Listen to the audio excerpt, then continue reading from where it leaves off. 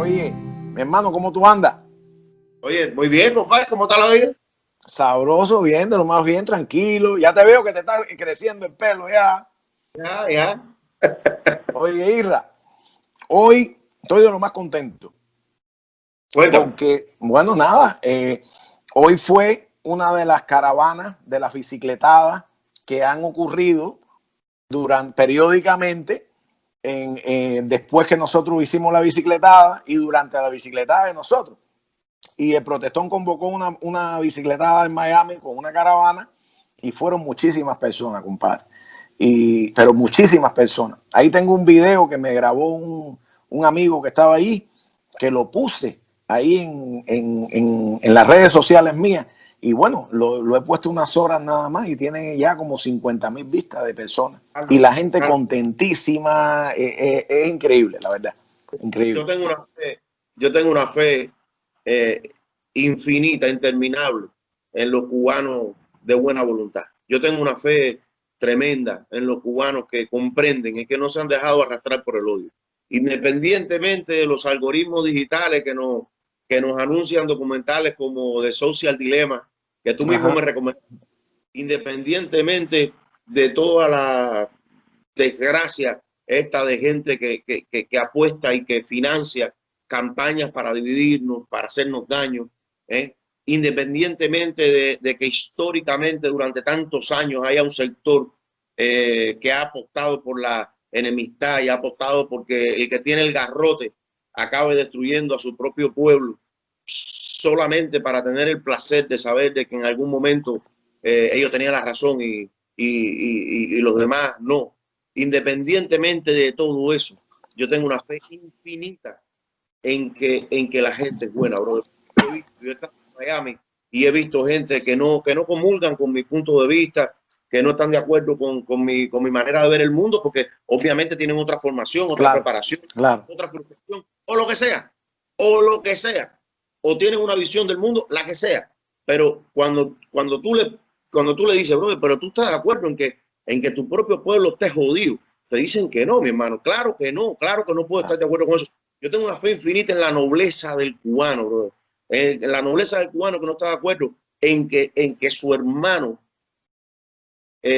tenga que pagar un costo tan alto, en que su familia, en que sus compañeros, en que sus amigos tengan que pagar un costo que tenga que ver con la vida, con la sangre, con el sufrimiento de ellos y de su familia y de sus hijos, sencillamente bajo propósitos políticos probablemente insanos. O Claro sea, que sí, claro que sí.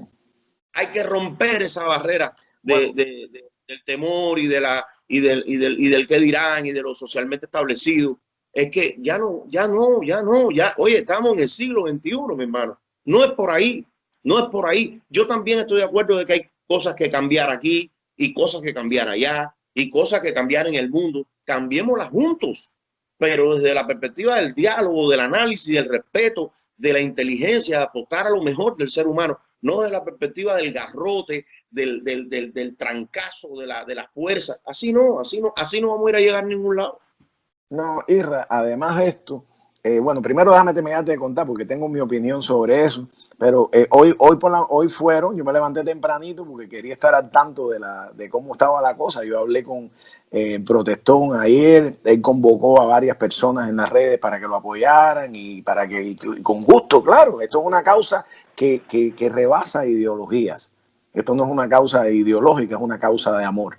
Y con gusto, ¿no? Exacto. Cualquiera que esté a favor de mejorar la relación de nuestra familia, de que haya una relación normal entre nuestros países, de que los dos países se sienten a conversar, a dialogar, para mí tiene mi apoyo, mi hermano, más allá de las ideologías. Y entonces por la mañana, pues ellos fueron y salieron a recorrer el recorrido ese que hacen. Pero fíjate, esto ya lleva 3 meses ocurriendo cada domingo al final del mes. Y al principio eran unos poquitos. Yo recuerdo que la primera vez que él convocó esto fueron como 10 o 11 gente, y nosotros estábamos en la pedaleada recorriendo los Estados Unidos de lado a lado, ¿no?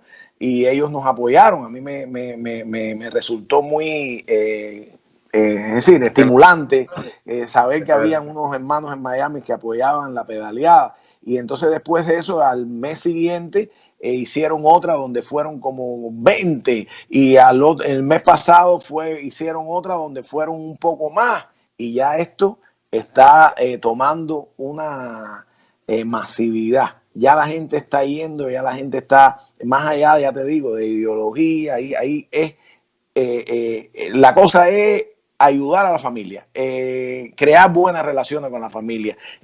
Lo que se pide es que abran los vuelos para ir a Santiago de Cuba. Lo que se pide es que podamos mandarle a nuestra familia el dinero que nos dé la gana. Es decir, básicamente que efectivamente que sea una relación normal y que haya una relación y que hayan puentes de amor entre los dos países. Y entonces pues me causó mucha alegría, ¿no? Porque además nuestros países han tenido tradicionalmente una relación que trasciende décadas, mi hermano. Que va a lo cultural, que va a lo de negocios, cultural, familiar, hasta en las guerras de independencia de Cuba hubieron norteamericanos combatiendo por la independencia de Cuba. Y en la guerra de secesión hubo cubanos combatiendo combatiendo a favor del triunfo de las mejores ideas en los Estados Unidos. Así mismo, así mismo. Cuando tú ves eso así, ocurriendo así, y cuando tú ves que hay gente que por arriba de la percepción que hay del odio, de la percepción de que hay guerra total y no envíos y no esto, cuando tú ves que hay gente que trasciende eso, que va más allá de la influencia esa y puede romper esa burbuja y puede decir, no chicos, lo mío es por nuestra familia, lo mío es por el amor, lo mío es por la amistad. Olvídate de eso, es decir, y le auguro, de verdad, le auguro que en el futuro se sumarán muchas más personas. ¿Oíste? Yo también lo creo, bro. De verdad que yo también lo creo. Es que la relación que puede haber entre Cuba y Estados Unidos trasciende lo político y lo ideológico. Nosotros somos dos pueblos que como partes de lo que la historia reconoce como el Nuevo Mundo, están muy unidos y han tenido una convivencia muy cercana y muy incluso marcada por la historia. O sea, hubo, incluso antes de que Cuba fuese nación, aunque estuviese, digamos, reconocida como nación, hubo criollos, habaneros, que por supuesto, desde el lado español, en los años 1700, en esa década, fue a combatir en la guerra de las 13 colonias. O sea, lucharon en favor de la independencia de los Estados Unidos. Fíjate desde cuándo comenzó esta historia. O sea, por supuesto, bajo la bandera española. Pero aquí yo tengo algunos datos que me dicen que, por ejemplo, en julio de 1781, el ejército de George Washington se encontraba en una precaria situación financiera y de abastecimiento. Y recibió la ayuda de La Habana. O sea, 1.800.000 pesos oro reales se recaudaron en la isla, una parte proveniente de los fondos de la administración colonial y el grueso de una recaudación pública en La Habana. Las damas habaneras entregaron joyas y dinero para contribuir a la independencia de Estados Unidos. Estamos hablando de 1781. Es una de las historias que muchas veces es preterida, olvidada. Y por no hablarte de los cubanos en la guerra de secesión. O sea, en la guerra de secesión, entre 1861 y 1865, hubo varios cubanos, pero varios, que combatieron en esa guerra y que luego regresaron a Cuba a combatir por la independencia de Cuba. Algunos de ellos, muchos de ellos murieron. La mayoría, por cierto, que es interesante, eran médicos, eran personas que habían estudiado medicina u odontología en los Estados Unidos, como es el caso, por ejemplo, de Ángel del Castillo Agramonte, un odontólogo quien fue a Estados Unidos, se unió a las milicias de Pensilvania, con la que hizo la guerra, y luego fue uno de los jefes del levantamiento militar en Camagüey. Es de lo que eso, qué interesante, no sabía eso. Sí, no, aquí, mira, la historia de Cuba está llena. Hubo un médico, Sebastián Amabile Correa, era un muchacho bien joven, que ingresó en el ejército de la Unión y al terminar la guerra permaneció en los Estados Unidos, retorna a Cuba junto a Luaces a bordo del Perry, que fue el primer barco que llega a Cuba con un grupo de cubanos que habían luchado en Estados Unidos o que venían a reforzar el levantamiento armado en Cuba, y muere en 1869, fíjate tú. Un año después eso fue un año después de empezar la guerra de independencia. Exactamente, o sea, aquí vaya, hay una cantidad tremenda de cubanos que pelearon en la guerra de secesión y luego fueron combatientes del ejército libertador cubano. ¿Cuál es el nombre de la brigada cubana médica que sale del país? Henry Reeve. Henry Reeve es jovencísimo, un norteamericano que viene a combatir por la independencia de Cuba. Y además, ese tipo, aquí entre nosotros, hablando como cubanos, el tipo era una bola de cojones. Ese tipo no era solamente a mí me maravilló que ese tipo llegó a ser general de los Mambises.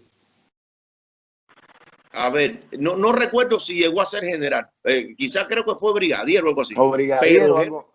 Creo que murió en 1876 o algo así. Es decir, 2 años antes que terminara la guerra, ¿no? Pero ahora, exacto. Lo tremendo de esa relación es que no queda en la guerra de independencia. O sea, luego, cuando la guerra hispano-cubano-norteamericana, o sea, ya a partir de que los norteamericanos comienzan su intervención en Cuba, la primera relación que hubo entre ambos ejércitos fue de cooperación. Yo hace poco oía una conferencia del profesor Eliades Acosta y él comentaba precisamente que le habían puesto a Máximo Gómez una guardia de como una escolta de soldados norteamericanos, creo que eran del batallón o de la negro, ¿no? Pero que era, y que es decir, pero eso habla de que hubo cooperación, ¿no? Y de que hubo... Sí.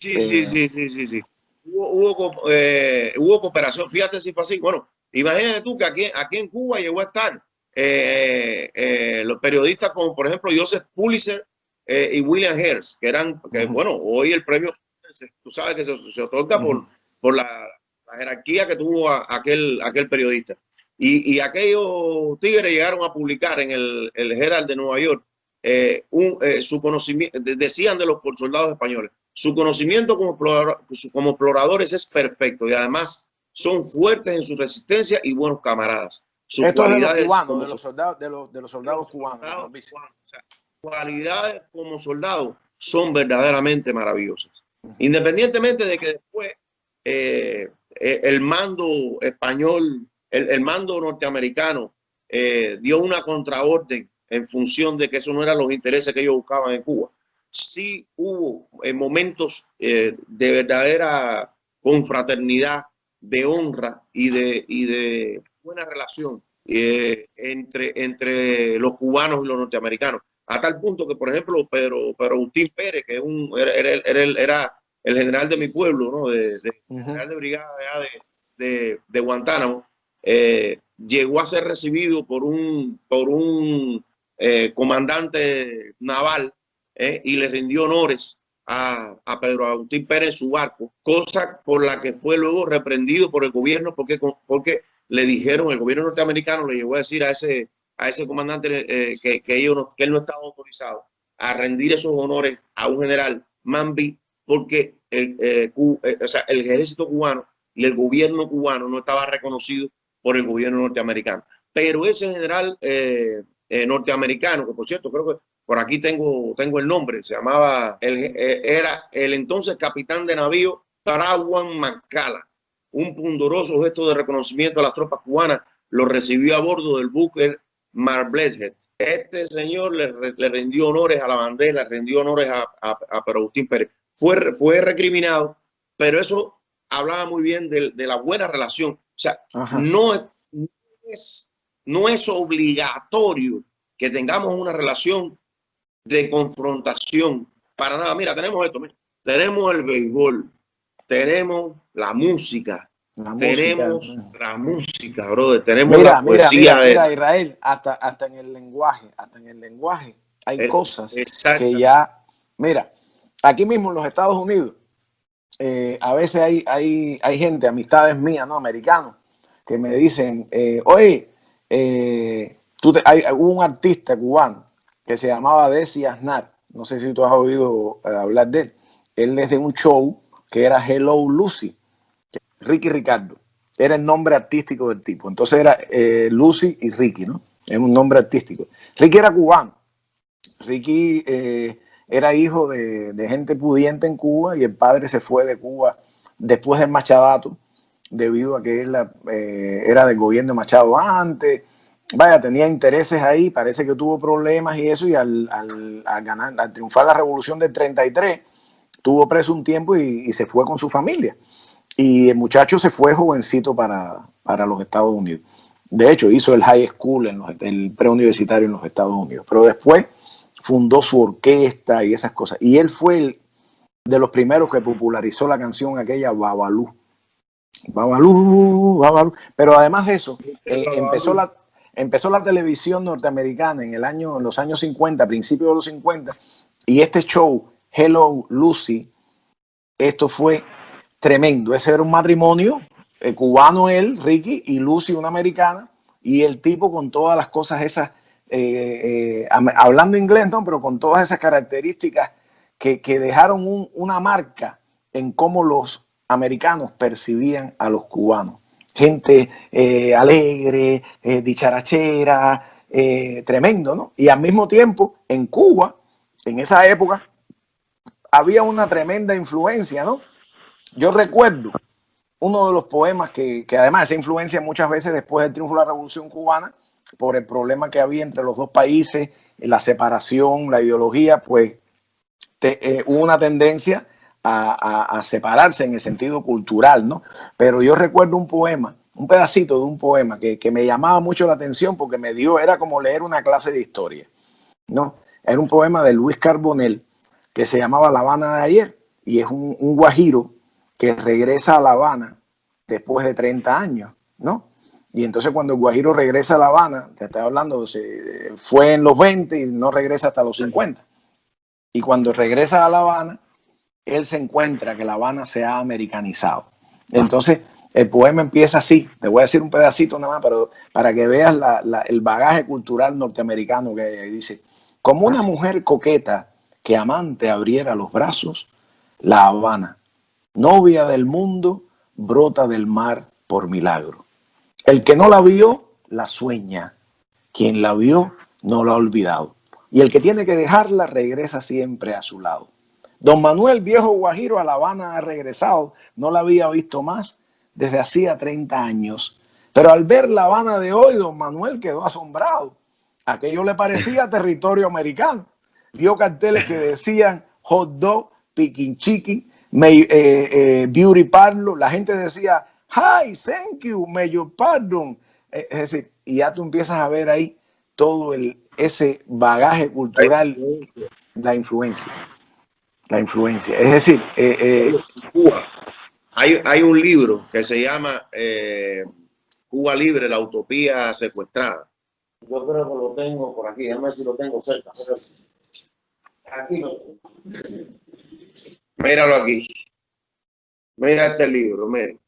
Cuba Libre, la utopía secuestrada. No sé si se ve al derecho sí, o al revés. Se ve bien, se ve bien, se ve perfecto. Del autor Ernesto Limia. En este libro, bueno, Ernesto Limia, entre las cosas que dice, que por supuesto es el resumen de estudios de otros grandes autores, él expone de que Cuba durante buena parte del siglo, de los 1800, del siglo XIX, Cuba fue metrópoli política de España, pero metrópoli económica de los Estados Unidos. O sea, la relación económica entre Cuba y los Estados Unidos era mucho más vigorosa que la que tenía con la propia colonia española. El resultado de esto era, por supuesto, la influencia era, bueno, buena parte del criollado cubano mandaba a sus hijos a estudiar en los Estados Unidos. Fíjate, yo te podría decir incluso de que buena parte del civismo que trajo como consecuencia el estallido de la revolución de los años del machadato contra la corrupción y contra todo esto, y que creó luego una generación que hizo estallar en pedazos a mitad de siglo el orden neocolonial que había en este país, se funda o se forja al calor, justamente quien lo funda, quien lo genera. Si tú vienes a ver, son los Estados Unidos, porque los Estados Unidos en 1900 recogieron a los mejores maestros, rurales, a la gente que quería ser maestros, a los jóvenes, y los llevaron a Harvard. Hay un excelente documental que yo recomiendo, que está en YouTube. No recuerdo el nombre, pero creo que es Maestros Cubanos en Harvard, algo así. Eso ocurrió a principios de siglo. Principios del siglo, 1900. O sea, entre 1899 y 1903, Eliot Root, quien fuera secretario de guerra, siendo el presidente McKinley, dispuso 4 buques de tropas militares para transportar a más de 1.300 profesores hasta Massachusetts. Y a partir de ahí comenzar un proceso, fíjate, de supuesta americanización de Cuba. Pero cuando esos muchachos llegaron a Harvard, ¿qué fue lo que se le dio? Se le dio cívica, se le dio ética, se le dio un grupo de valores que son valores universales. Son universales, son para Estados Unidos, para Europa, para Cuba, para Haití y para Brasil y para cualquier lugar. O sea, valores que tienen que ver con la formación del ser humano, con el civismo, ¿por qué no? Con la democracia, con la organización de la sociedad, con la equidad, con un grupo de cosas que esos maestros, que además eran herederos de una necesidad patriótica de aprendizaje para aplicar en su propia nación. Fíjate, todavía no había una conciencia, digamos, martiana, porque en ese tiempo se estaba organizando todavía el pensamiento martiano. Pero fíjate cómo luego ese profesorado que regresa y que comienza a impartir la docencia en Cuba, y que muchos de esos estudiantes luego fueron grandes profesores de otra generación de maestros en Cuba. Cuando eso se entronca con el pensamiento martiano y con lo mejor de la práctica cubana y con la ilusión de una nación, de construcción, bueno, pues, o sea, si tú vienes a ver esa rebeldía cívica, se la debemos también, entre otras muchas cosas, se la debemos también a esos valores universales que Martí nos devela como consecuencia de su experiencia de haber vivido también en los Estados Unidos, como consecuencia de lo que aprendieron esos profesores. No hay que olvidar que Félix Varela muere en Estados Unidos. No hay que olvidar de que muchos de nuestros más importantes intelectuales, cuando eran deportados a Estados Unidos. Hay un educador y filósofo norteamericano que se llama John Dewey, que este hombre fue un monstruo de la educación, y que las teorías de educación de los Estados Unidos a finales del siglo XIX y principios del siglo XX y hasta hoy están marcadas por este hombre, porque este hombre quería traer a la educación la justicia social, la equidad, enseñarle a los estudiantes, no abrirle el cerebro para que aprendieran sino que el estudiante se desarrollara. Es decir, tiene una teoría revolucionaria, y eso se aplicó mucho en las escuelas norteamericanas de principio de siglo, ¿no? Lo que se llamó de Progressive Era, que era la era de progreso, ¿no? Donde se trataban de buscar todas las ideas. Y yo estoy seguro que muchos de esos maestros que fueron, que tú conversas conmigo, me cuentas, estuvieron influenciados por esas ideas, que son ideas tremendas, ¿no? Lo que pasa es que es muy difícil que tú le digas a un grupo, o sea, es muy difícil que tú traigas un grupo de estudiantes de un país donde está todo por hacer, le enseñes un grupo de ideas progresistas, desarrollistas, libertarias, expansivas, para que luego, cuando tú lo devuelvas al país, tengan una actitud totalmente diferente. O sea, te estoy preparando para que enseñe a tu pueblo a ser, bueno, pues un cabizbajo, un gobernado, un subordinado. No es así, no funciona así. Si lo enseñas, si le pones alas, querrán volar.